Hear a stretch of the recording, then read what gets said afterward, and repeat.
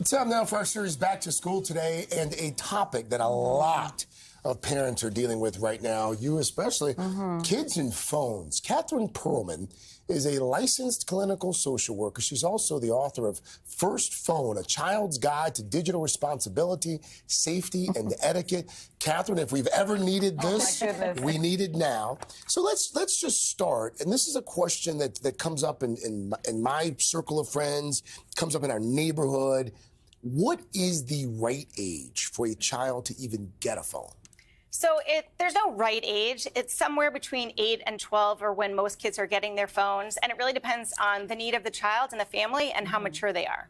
What about boundaries and limits? Once the child has the phone, how do you set healthy boundaries and limits for the phone usage? So you want to know what they're doing on their phone. You want to monitor what they're doing. Not all screen time is equal. So like how much time are they spending on social media? And then you can limit that.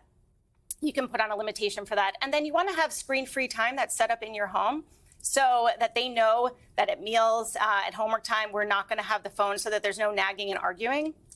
Create the expectation. But you also, some other tips here on the screen. Limit the use in bedrooms. Charge the phones in public areas. Why are those two things so important? So you want to keep them out of the bedrooms. Absolutely nothing good is happening with our kids in the middle of the night on their phones. Right. So charge them in a central location, and then it's not the first thing they're doing in the morning. And you know what? Do that first thing. So I made the mistake of not doing that in the very beginning, and then when we had a segment like this, I'm like, oh. So then when I, decided to take the phone out of the room, I was like, what are you doing?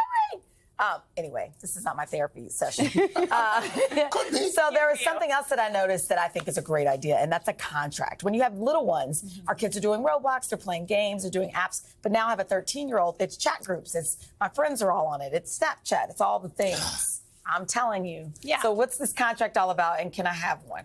Yeah, so a contract is just shared expectations and rules for the family, and what's so great about that is then it's all written down on paper, and there's no arguments. Like what? Some key elements are etiquette, that's our digital manners. You want to put on their health and safety issues so they know how to manage their social media and keep their mental health good. Also privacy settings.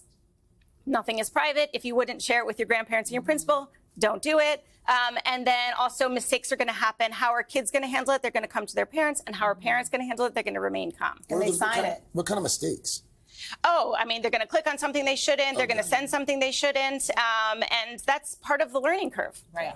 Etiquette, I think, is important not just for kids, but for adults, too. What are some of your most important etiquette tips? So we care a lot about please and thank you, but we don't spend a lot of time teaching our kids how to be good digital citizens. So number one, when to call and when to text. If it's a long story, if it's bad news, if it's an emergency, pick up the phone and call. Okay. Don't text. Don't text angry, right? That's when misunderstandings happen. That's when things tend to escalate. Also, there's a time to answer it, and there's a time to leave it. When you're at the movie theater or the doctor's office, maybe you don't answer it. You leave it. When your parents are calling, you're going to answer it. Yes. Always. And then you can't see tone in a text, right? You can't read social cues. So we want kids to be able to assume a positive tone, because it's easy to misread something. So much gets lost in translation. Exactly. Not just with kids, even with adults. Yes, adults too. Oh, yeah. You cannot appreciate nuance in a text. That was good, Catherine. Thank you. Thank you so much. Thank you. Hey, thanks for watching our YouTube channel. Find your favorite recipes, celebrity interviews, uplifting stories, shop our favorite deals, and so much more with the Today app. Download it now.